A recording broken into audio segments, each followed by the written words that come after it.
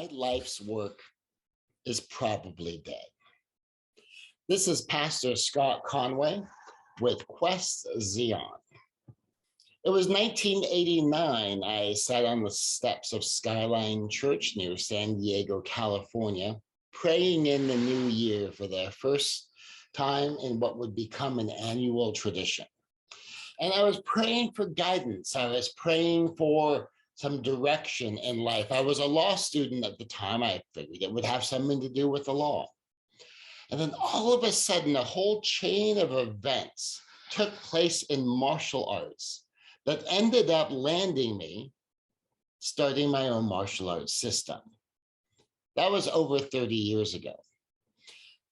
When 1990 became 1991, I was once again on the steps of the church, once again praying in the new year, praying again for guidance, praying for some specific leading on what I should do. And I got the very powerful impression that this martial arts thing that I was suddenly swept up in, that was part of the call. And the whole series of events unfolded just so that allowed me to do this. I ended up with half a dozen martial arts masters, system heads, grandmasters, who came out of the woodwork and introduced me to other masters who could help me with this process. As things continue through the martial arts, I met my first wife and later my second wife. I got to make a big difference. And then it all started to fall apart. In December of 2019, I closed my dojo. I left things in the care of 2 active black belts. And now those 2 active black belts are no longer teaching my system. So this martial arts system that I have invested 32 years into building now is probably going to die with me. So it really isn't a surprise when I sat down for my VIP day with world famous business coach, Virginia Muskies, and we were going over what was I going to do next as I settled into St. Louis. And my vision was for a martial arts school, a martial arts program that would generate an heir to the system. So there would be generational continuity. So there would be somebody to inherit the leadership of this project that I invested 32 years in. That's what I wanted the answer to be. But fortunately, Virginia has a process. And we followed her process. And as we thought through it, what we really landed on was that that probably wasn't going to be the course for me. You see, one of the things in my heart is to travel. There's places I want to go. There's things I want to see. But if I start a martial arts school and I'm the only person who knows a curriculum for years at a time, I am geographically constrained. I need to be there to do the teaching. I need to be there to prepare the next generation. I can't be disappearing for weeks and months at a time. And it really occurred to me, as much as I wanted the answer to be this familiar thing, just done at this upgraded level, that wasn't going to be my answer, because what I was going to do is build a prison that I craved. And it would cost me what I had as the vision for my life. So in December of 2019, I closed my dojo. And I probably won't open another one.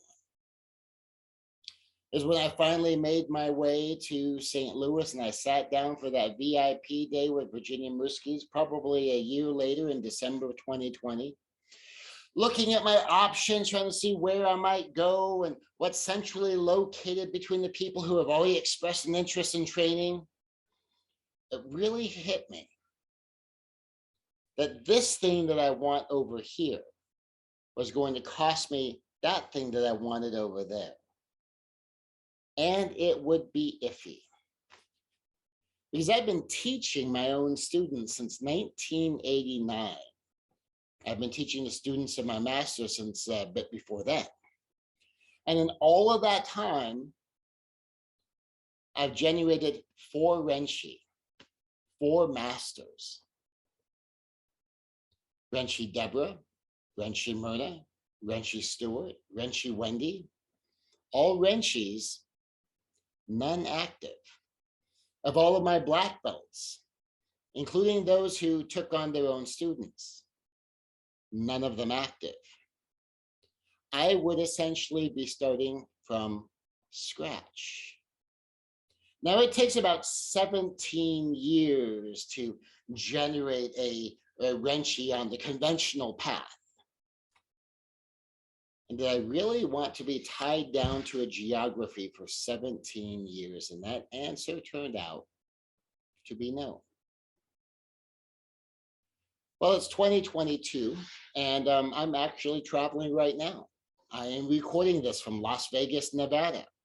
I've traveled here with my mother. Last night, I took her to a show to go see Rob Garrett do his Dream Neil Diamond performance. Tonight, I'm taking to go see Rich Little, a performer of which my mother was a fan back in the 70s.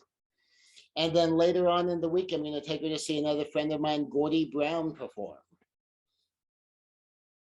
2 weeks out of town, just starting 2022. 2021 had like 13 weeks of travel. Now, if I'm running my own school and I'm the only person who knows the curriculum, can I really be gone for 3 months at a time? Can I really just take off and maybe plan to be gone for 2 weeks or 2.5 weeks? And then, oh, some things change. I'm going to be gone for 4 weeks. Oh, make that 5 weeks. That would not have been an option for me. But fortunately, when it came to my business, I had the opportunity to think through it. And I could think through it because I had a good coach. And as much as she might want me to have opened a dojo in St. Louis because she had a vision of her grandson training with me. But she has a process. And when we think through it, we realize there's a mismatch there. So as part of today's topic, to consider that we stop where we feel. We stop where we want to stop. We stop when we have the answer we want to have. We all do it, all of us. It's very human. There are 4 rules. Now, you probably heard of the golden rule. The golden rule is do unto others as you would have others do unto you. You may not have heard of the silver rule or the platinum rule. The silver rule is do not do to others what you would not want done to yourself. And then there's the platinum rule, which is do unto others as others would have done unto them.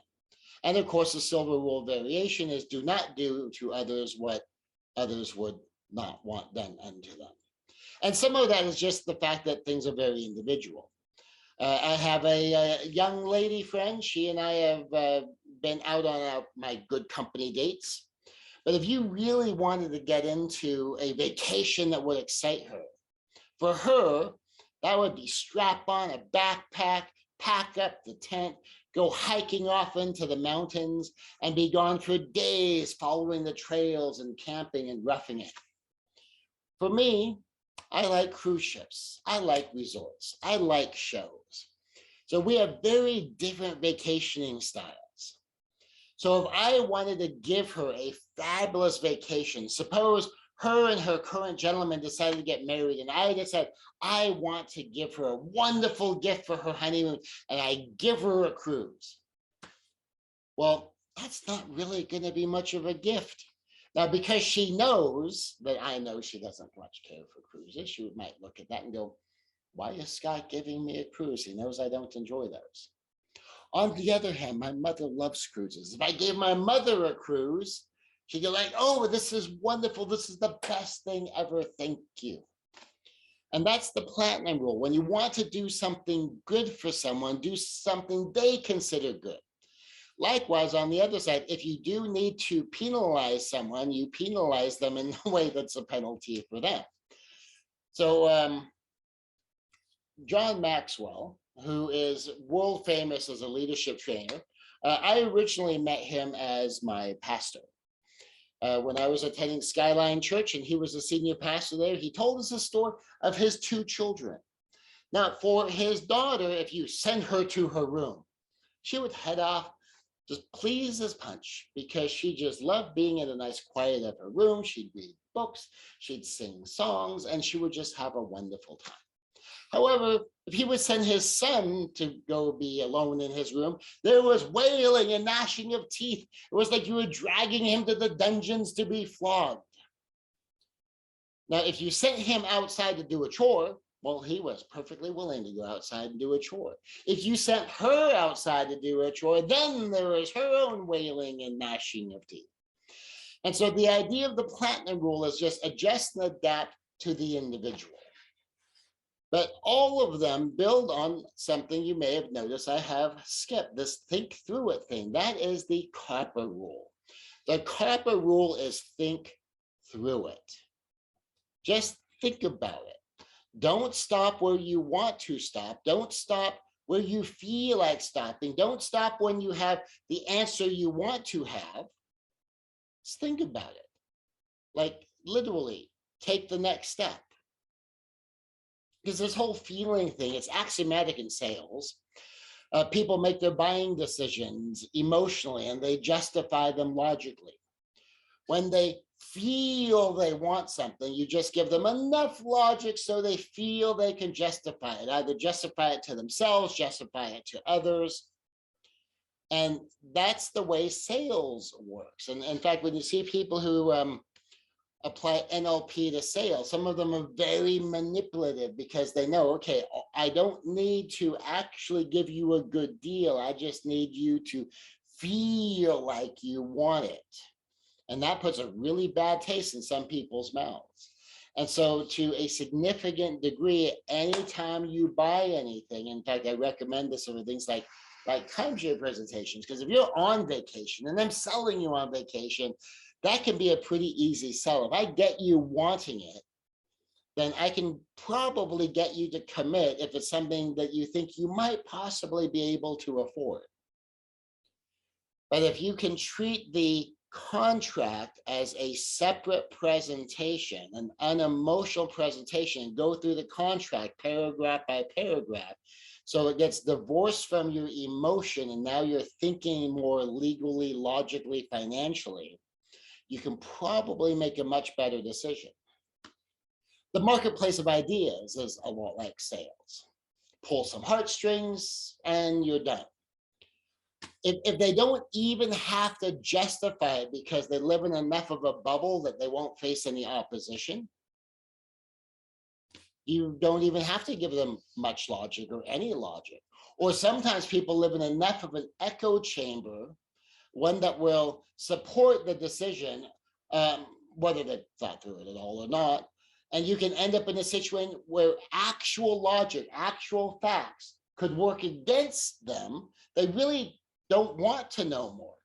They just want to be sold a conclusion that makes them feel good. They want to be sold a conclusion that makes them feel righteous, that makes them feel traditional, that makes them feel patriotic, that makes them feel woke, that makes them feel like they're standing up for the little guy. Whatever it is they want to feel in their particular echo chamber, if they feel that, the facts sometimes can be of nominal importance. And if the facts break against what it is they want, they don't even want to hear it.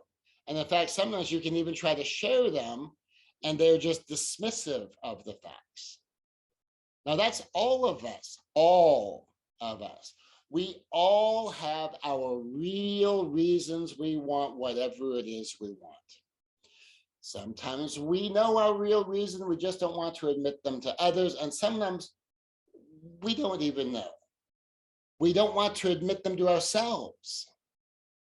And this includes me. It would be easy for me to just pretend I don't do the exact same thing just because I tend to think about things more than most people. But just because I might be a little bit more on the thinking, overthinking side of the bell curve, when I want something to be a certain way, I am a master of rationalizing and a master of justifying, just like everyone else. The main reason I'm so good at thinking through things is because I'm emotionally invested in so few particular outcomes. And by the way, that's for me, especially politics, because I'm third party.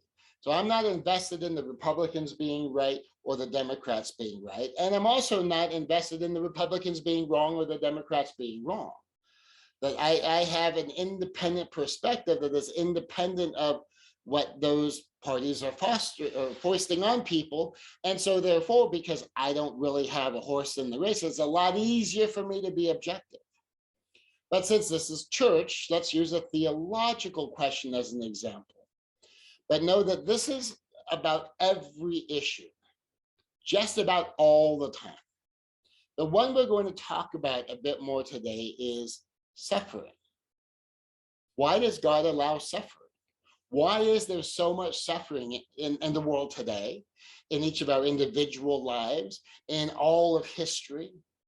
If God is infinitely powerful and God is infinitely good, why does suffering exist? And there are atheists and agnostics and others who have doubts where suffering is one of their major questions.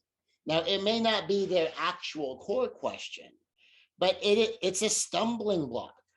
And then when they actually bring these very legitimate questions to Christians or other theists, they often don't get very satisfactory answers.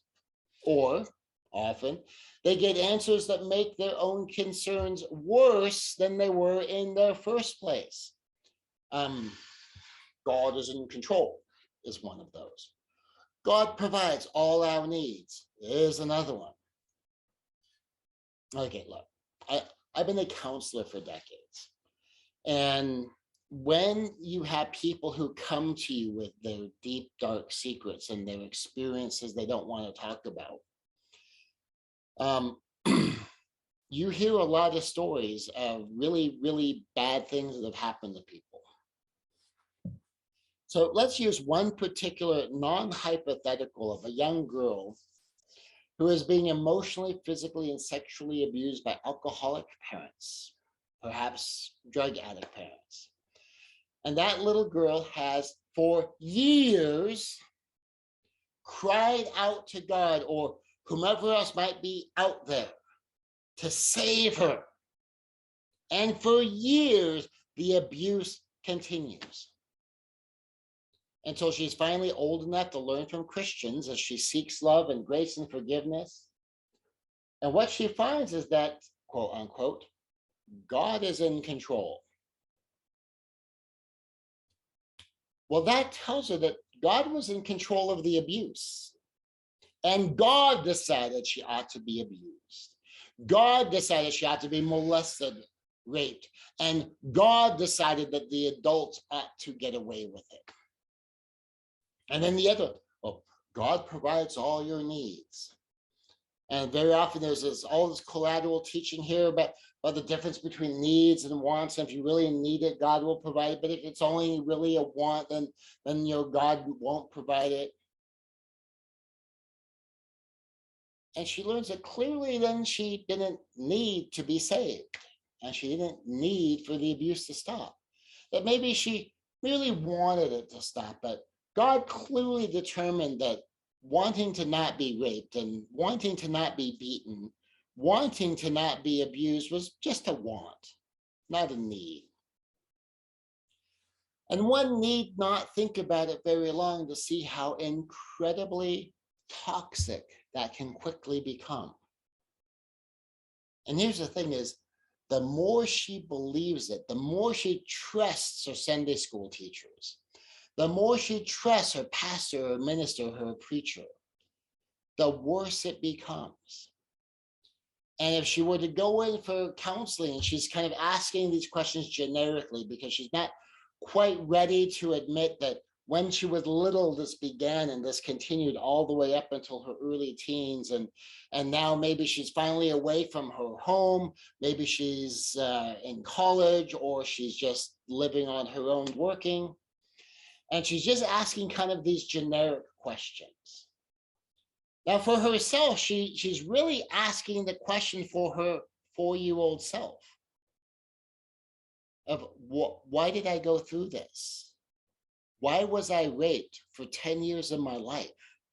Why was I molested? Why was I yelled at, screamed at? Why were things thrown at me? Why were cigarettes put out on my skin? Why was I beaten? Why did I have to tell stories of falling out of a tree or falling downstairs when my dad shoved me down the stairs, or when my mom threw something at me and hit me? And the questions being asked might be generic theology questions, but what she's really asking is for herself. It might sound like she's asking generic questions about the nature of God, but what she's really wanting to know is, who is this God that let this happen to me and did nothing? So let's look at suffering, all suffering, and the idea that God might actually be evil. Because if God is evil, there's a ton of implications across a whole range of beliefs that ought to completely dismantle every monotheistic major religion in the world. So it's a non-trivial consideration, too often just dismissed with a wave of the hand, with some variation of a mystery of God answer. So I'm going to start off with that little girl who was abused in all sorts of ways by the adults in her life. And if I, as a human, knew very concretely something like that was going on, and I could make it stop, what does it say about my own morality if I simply let it continue? In fact, what if I went further and I protected the secrets of the family, and I do absolutely nothing to help the girl, nothing to try to get anyone else to do anything different, and that I could do it at zero risk and zero cost to myself? What might you think of my own values and my morality if I simply refused to help? So if God knows and God does nothing, does that tell us something about God's values? Does that tell us something about God's morality? If it would be evil of me, why wouldn't it also be evil of God? So does it tell us something? It might.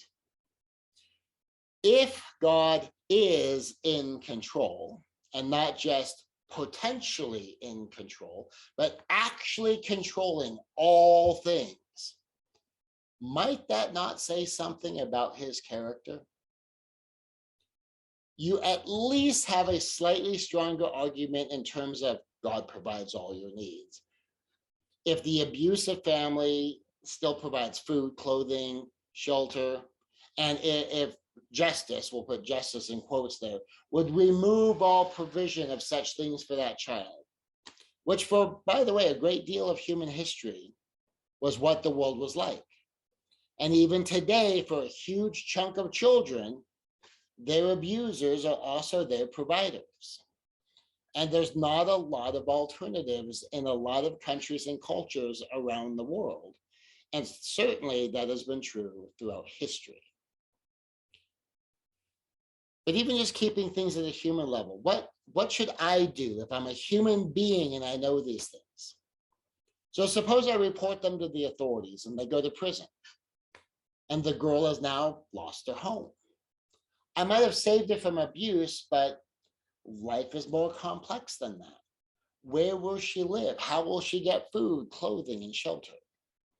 Is that something maybe I ought to look into before I report the parents? The Does she have other family that she could go live with? Are they any better? Might they even be worse? Might she end up in the system now? And what if the system doesn't have much in the way of resources? What if they ask if I'm willing to take her and be responsible for her for the rest of her life as a minor? And what if I'm not legally qualified as a foster parent for some reason? It just means I essentially signed up to have an adoptive daughter, and so on. Even just on a human level with one instance, it already gets complicated. But let's suppose I volunteer for that.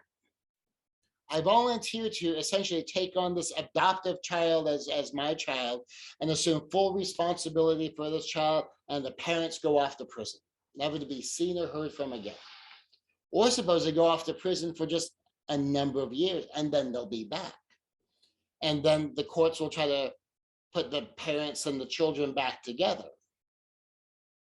But then suppose I also run into another bad case, and then another. How far might this go? 5 kids, 10, 20? Might I end up with what effectively amounts to an orphanage for abused children? And how do I do that? But we're not talking about humans, we're talking about God. God has infinite resources. So could he run an orphanage with 100 rescued abuse victims? 1,000, 1,000,000? Theoretically, yes. But let's look at what we're actually asking. Since God is all-knowing, that means he knows.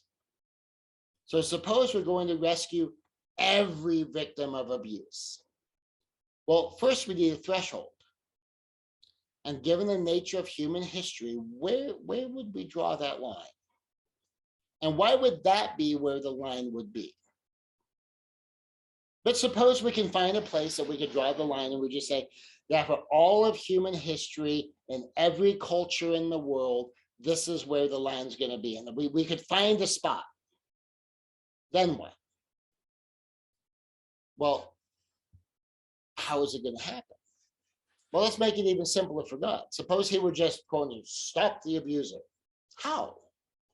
Well, one way would be to just remove them from life. Because to God, life and death are the same. When you say you're going to go meet your maker, we mean the person will be dead to us in this material plane, but be present with God. That the afterlife and the life are both places God is, and that God can deal with us and we get to deal with God much more directly in the afterlife. So life and death are largely incidental when it comes to God. So what if abusers just drop dead? Boom, dead. Like you crossed the line. Maybe you knew exactly where the line was. Maybe you didn't. Maybe you crossed the line in your heart, but you hadn't done the action yet. That however that line got drawn and however the line gets enforced, is boom, dead. Off to meet your maker. Would that be a solution? It would solve the abuse problem. It would create others, because now you have the providers suddenly dying again. So that would have to be factored into however you're going to do this. So when you have parental abusers providing abusers, where there's all these good things that they do and this horrific thing that they also do, and if we're going to eliminate the horrific and by taking them out of the equation, then we have to compensate for the loss as well. Okay, now that starts to get a little bit more complicated. So we're creating some problems. So we're solving problems over here, but we're creating problems over there. Now, in some of those cases, it might be grace then just to take the child as well and just skip the suffering that would then come from whole dead families and children with nobody left to take care of them. Which then brings us to another thing, is one of the purposes of existence is a lack of suffering. The easiest way to have a lack of suffering is to have a lack of life. That and that was enough that created some concern in some people when I was at a cemetery and I was enjoying the quiet and the peace and realizing, how at peace the dead are. They're not dealing with all this day-to-day stuff. They're not dealing with COVID and lockdowns and vaccinations and political battles, and they're not having to deal with any of that stuff. That their season is done and there is peace there. So if one of your goals is no suffering, well, death does a pretty good job of ending suffering. In fact, when people are dying of terminal diseases, part of the grieving process some people go through includes a recognition that their suffering is over. So one easy way to eliminate suffering is to eliminate life. If we were to depopulate the planet by, not even necessarily killing anyone, let's just say we render everyone sterile, so there's no more new kids, and everyone just lives a long, healthy, happy life, and now they're dead, and there's no more people. Well, that also then means there's no more people suffering. There's no more victims of abuse because there's no more abusers and no more victims to be abused by any abusers that may or may not exist. Now, another possibility that you could do without having to just, God saying, okay, you guys don't get to play down there anymore, all of you up here now. And everyone just goes to meet their maker. And then we stop doing any more making, and so we don't get any more suffering. So that's one possibility. Another possibility is that abusers could still do things like drink and get blasted drunk, but never make a bad decision while they were drunk.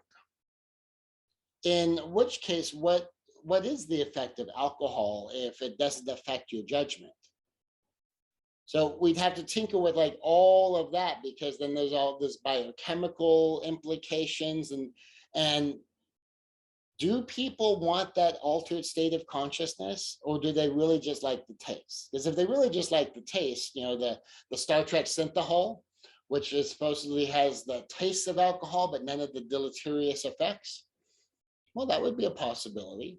But a lot of people who drink are drinking because they like the buzz. They like that impaired judgment. They'd like that dropping of inhibitions.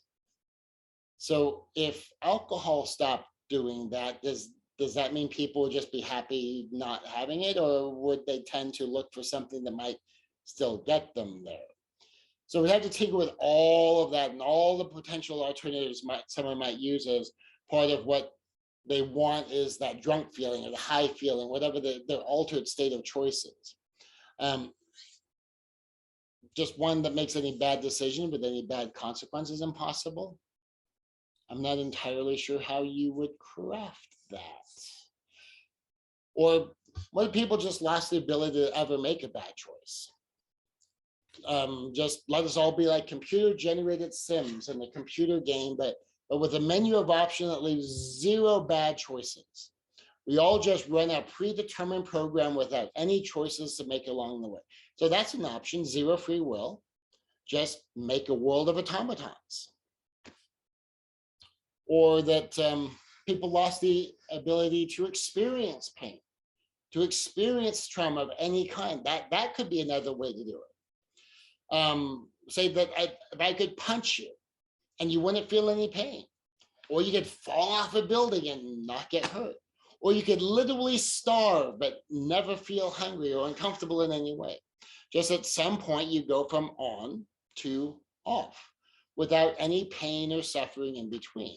So that would be an option. Another option would be permanent traumatic amnesia. Anytime anything bad happens, you just automatically forget about it. That you can't ever remember anything negative from the past. Now, one of the problems we have is a lot of people gain their wisdom from lessons they learned from the past. They learn things to avoid doing because they got negative consequences and. So some of these have the effect that they eliminate the ability for us to choose, which means there would no longer be any wrong. Every answer would be a right answer. And we would not be choosing right answers anyway. We'd just be following a predetermined program. It eliminates morality. It eliminates values. It eliminates the need for anyone to ever have to be helpful toward anyone else in any way, because no one would ever need any help with anything. We could exploit 100% total and complete selfishness, because nothing we ever did could have a negative impact on any other human being or have no impact on ourselves.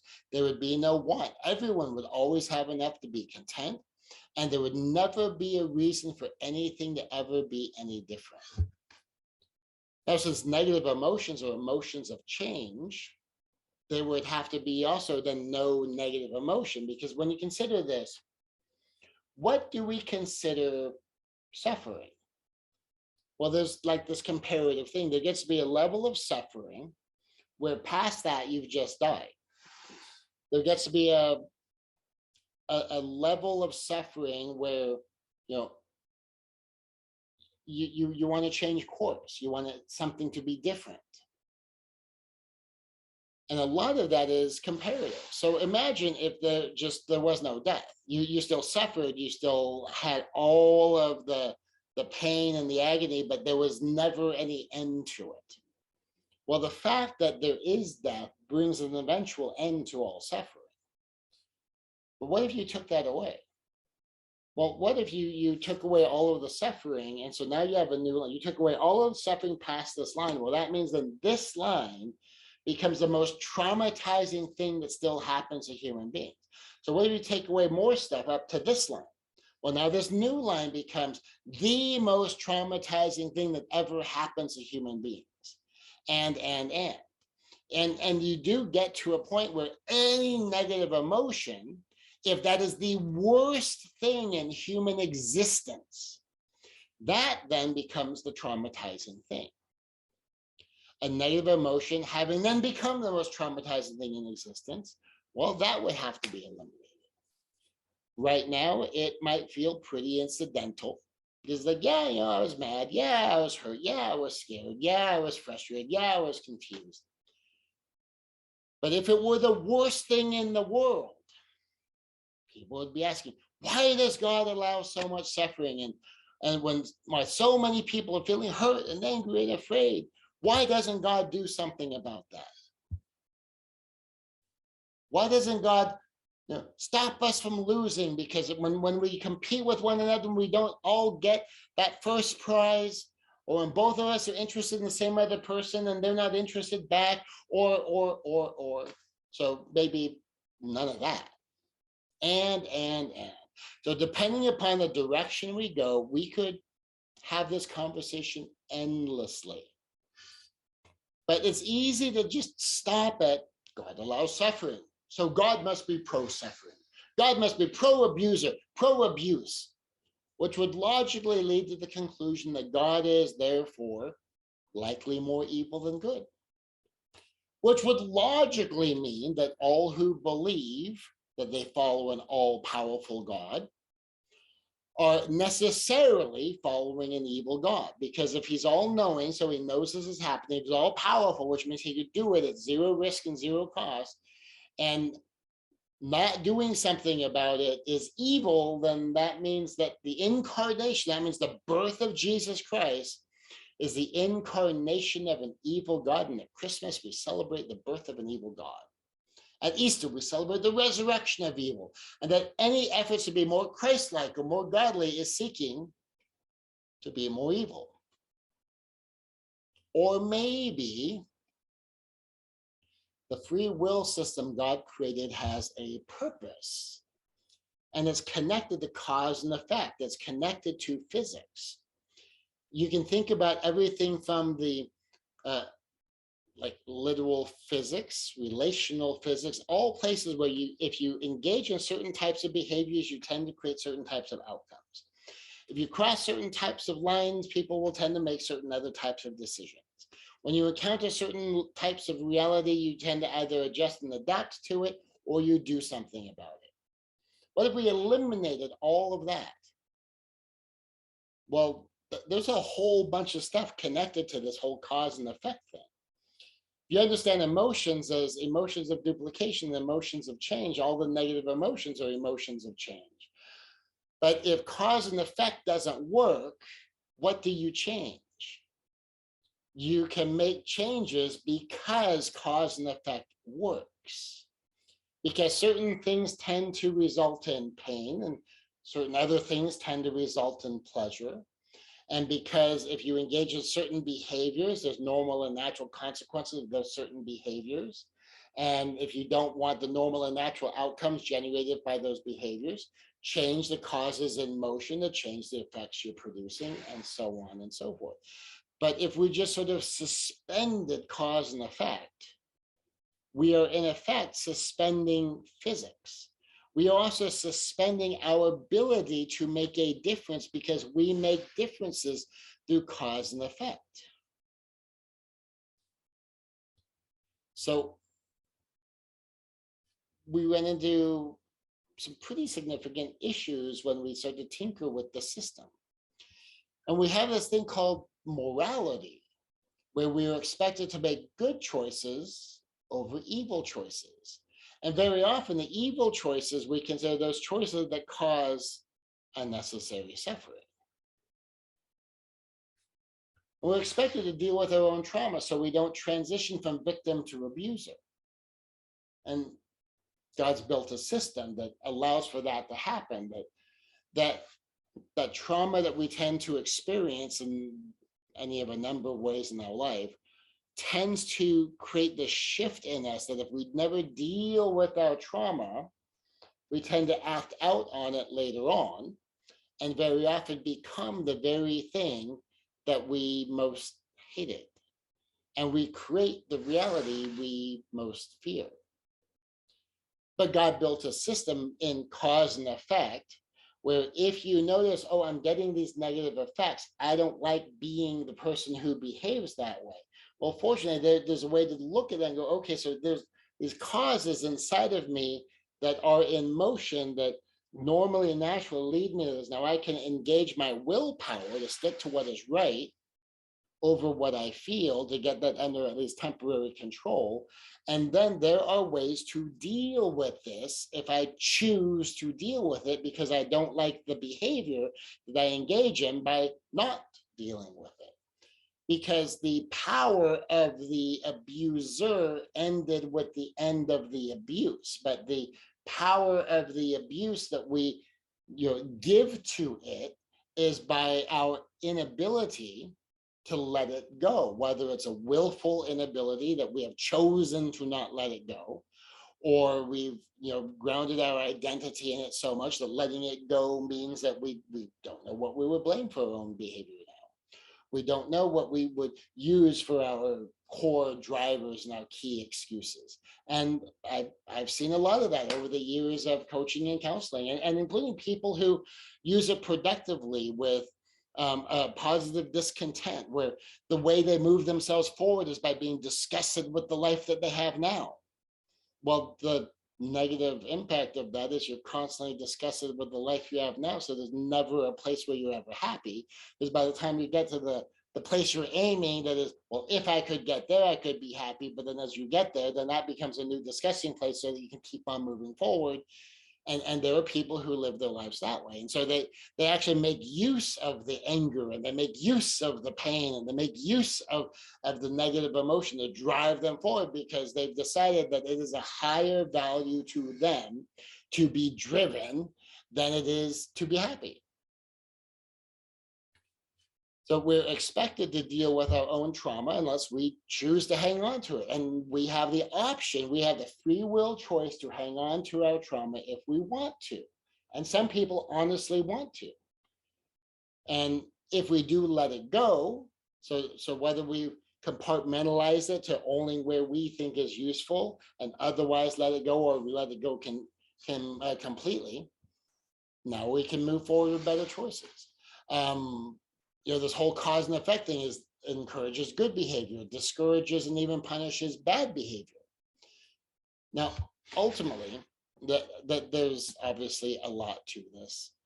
And clearly, I've given it a lot of thought. If I was sitting down and we're having like a theological discussion about all of this, I could have this conversation all day long. I've given this a lot of thought, and it's detailed enough to comfortably make a whole book by itself. So this is just a quick introduction to the idea, and just using one slice of just a couple of examples of one idea. Well, you just start thinking it through. Now, I had a little bit of this conversation with someone, and she just said, like, well, God could figure it out. It's like, okay, well, maybe God could, and he did, but you don't like God's answer. So if there is a God, and God is an all-knowing, all-powerful creator God who designed and engineered the system, that means this is the system he designed, and it works the way he set it up to work. And that I'm a big believer in the economy of miracles. That means God will supernaturally intervene, rarely and at small scales. And if you read the Bible and you look at all the miracles in the Bible, and let's just go with the assumption that all the miracles are literally true as things that literally occurred. And then you look at what is the purpose of them. Signs to point at things. So the miracles of Jesus to demonstrate that this is not just some guy with a political perspective. This is not just the latest Messiah who is charismatic and commands the respect of a lot of people. There's something different about this guy. He's doing stuff. He's doing miraculous stuff. And even when you look back over the Old Testament, you go to things like the parting of the Red Sea. And well, how long ago was that? Like, oh, that was like 3,500 years ago. And the manna in the wilderness. How many times since then have we had a sea part? How many times since then have we had years at a time of manna falling from heaven to feed people? How many times in biblical history have we had some widow somewhere have oil filling up all of her containers? I mean, we have all these miracles that are what you might call a one-off miracle. Okay, so how many of those were there? There are not very many of them. They actually don't happen all that often. If you look at the Bible, and if you're going to take from creation through the post-flood era as kind of a bit of a poetic form story. So let's not even necessarily count back, as the further in antiquity you go, the less the point of the writing was the factual history, and the more it was to teach some core lessons connected to the story, however literally true the story may or may not have been. So we can even skip that. Let's just go with the assumption that you have the miracle starting from Abraham, Isaac, and Jacob, and follow that through. And if you go through and you look at them and consider, okay, and that's over about a 5,000 year spread, that's not a lot of miracles for 5,000 years. For the most part, almost everything in all of history, for almost everybody, for all time around the world, has worked on cause and effect. That if certain effects happen, that tends to be caused by these sets of causes. If you have these causes in motion, those tend to result in those kind of effects, and these different causes tend to create those different kind of effects. And the more we learn all of that, the more we can tinker with causes so that we can produce the effects that we want. And that to me seems like it's a pretty genius system. So think through it. If you don't like the system the way it is, how would you design a better one? Now, you have the advantage that you have the system the way it is to like start off your thinking. So you can be critical of the system the way it is, like, okay, so let's improve the system. Now, don't just start with an outcome. Well, it would just be better. It's like, okay, in exactly what way? Well, there'd be no suffering. Okay, how would you have there be less suffering? How would you eliminate suffering? What constitutes suffering? Like, so if I punch you in the nose and there's no suffering, does that mean you won't bleed? Does that mean you won't get injured? Or does that mean that there is just no suffering? You're just either dead or you're alive. So if I punch you in the nose hard enough to do damage, you'll just be dead. I mean, what are we talking about here? What do you mean suffering, no suffering? And how would you create that outcome? So design a better system. If you don't like the system the way it is, how would you design a better one? And then what complications might your new and improved, better than God did system create? And then how would you solve those? Now, this is a serious admonition. think through it. See the problems you create. One of the constant truths of problem solving in the world, politics in particular, is the law of unintended consequences. Someone had really good intentions and they went about solving one problem, but in the process, they made a complete mess of other things. And in the process of making a complete mess, someone's their defense is, well, I never meant for that to happen. Say, okay, but if that's a normal and logical consequence of what you put in motion, you may have wished that physics didn't work, but it does. You may have wished that there were no effects that causes that in motion, or that you would only get the effects you wanted. But if the causes produce effects, you're going to get all the effects the cause produces. So once you realize that we have a pretty good system the way it is, there are a ton of collateral benefits of the system the way it is, if we use the system the way it's built. And this applies to theology questions, and we've just touched on one. We haven't even made a complete exploration, because if I was talking to a real human being and this was seriously an issue of theirs, we would just go back and forth off of whatever questions they had, and we would follow that particular path. So this clearly applies to theology questions. And obviously, as you can see, QX deals with this differently, because our bump, a biblical unique ministry proposition, is the how-to, real answer, explain it all. Maybe it doesn't mean what they say: God, trust in, Bible, believe in, saved by Jesus, church. So this is one of those explain it all things, which I don't like. That it's a mystery of God. Well, you just have to trust God. But then likewise with statements like God is in control. Like, okay, let's explore that. Because if you're like a hardcore Calvinist and people don't have free will and everything is predestined and God's pulling all of the strings and that all of us are just playing our role according to the script that God wrote, well, then in what way is God not responsible for the abuse? Why would God write abuse into the equation? And somebody said, well, it's so that you can have empathy for other abuse victims. Like, well, then why did God write any abuse victims into the equation? Why did God write any abusers into the equation? If there is no cause and effect, if there is no physics, if God is just writing whatever script he wants, then why is there such a system in place? And why does it seem to work so consistently? Well, no, God is a God of consistency, and God is the same. It's like, okay, but now you're still then back to the whole thing. It's like, okay, so he's created an illusion of cause and effect. He's created an illusion of choice, but it's a lie. And so, well, God is not a man that he should lie. And so, like, okay, but nothing anybody says or does though is anything other than reading from a script. So you're only acting, and you can see how that turns into the circle. And so when that happens, you go, okay, so maybe that's not true then, because that creates problems it cannot solve. And like, God provides all your needs. Well, we can look around the world and see, oh, is there anyone in the world who has had needs that haven't been met? And like literally, people die because there's not enough food or there's not enough water. So I mean, food and water seems like a pretty basic need. So well, all they really need is salvation. And say, okay, well, what about all of the people that died without ever having heard about Christ? Well, I mean, it's all you really need is salvation if you're a Christian. It's like, okay, so now you just said that God provides all your needs. Really just means God provides salvation to the ones who have salvation, which now becomes a meaningless statement.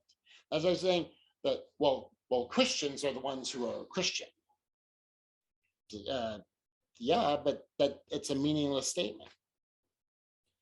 And so when you really start to think about these theology questions, you really start to look at them saying, if this is true, what does that mean? What does that necessarily mean? Is there a way for it to not mean that? And if there's a way for it to not mean that, how would I create the system so that it works a different way than it works? And so you can see that there's this whole ratiocination process. Ratiocination is the process of logical reasoning. The induction, deduction. Induction is you have a general premise. What must, if this larger premise is true, what therefore must be, well, no, flip that. That if we have all these things that are true, what therefore is the larger truth that is probably true based upon all the things. And deduction is I have this core idea. If that's true, what else must be true? Ratiocination, just take it in both directions, back and forth. If this, what does that imply? And what are those implying? What all else must be true? How would that work? What are the unintended consequences? What are the intended consequences? What are the unintended consequences of the intended consequences? And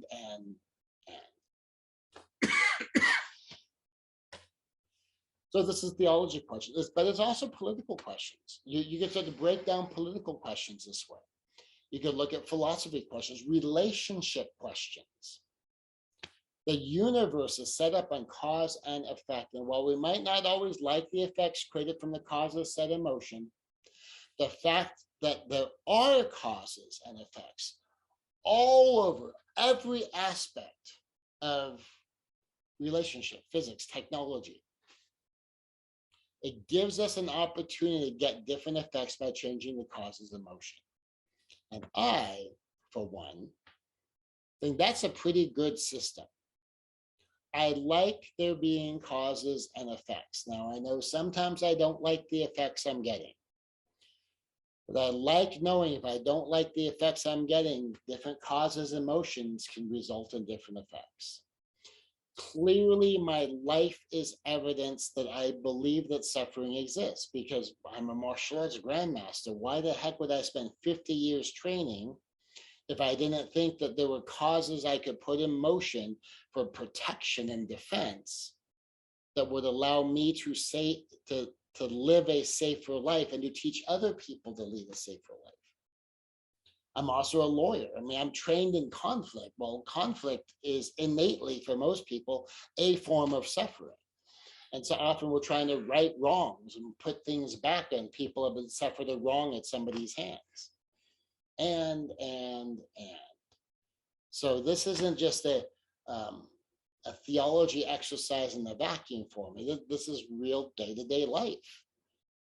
And it's my professional life, where I am expected and required to think through things. And it's part of my job. So I might have a leg up because I've been trained in it professionally. But for all of us, we can do this. And here's the curious thing is the reason we can do this is because of that cause and effect universe that has been designed for us. That cause and effect universe, I think, is a pretty good system. Even if sometimes I really don't like the outcome that we produce. I am Pastor Scott Conway with Quest Xeon, talking about the copper rule, think through it. And just as a quick reminder, the copper rule is think through it. The silver rule is do not do unto others as you would not want done unto you. The golden rule is do unto others as you would like done unto you. And the platinum rule is do unto others as others would want done unto them.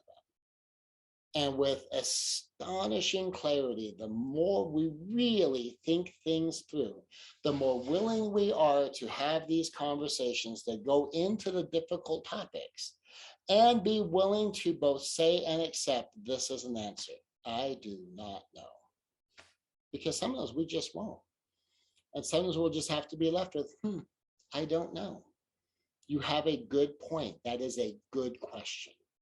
And by the way, acknowledge good points, acknowledge good questions, and think through the implications of the things we conclude, because the implications often go well beyond some easy sounding trite cliche we might just toss out there. And when we really start to think about stuff like that, hopefully it gives us enough pause to go, that might be overstating my position. Let me back that off a little bit. And maybe even just add a caveat where, as far as I know, I see this problem at this level. It leaves me with a lot of questions. Maybe there's answers, maybe there's not. I don't know. but I do have questions. And then as a final note, before we wrap up today, try to be as honest with yourself as possible.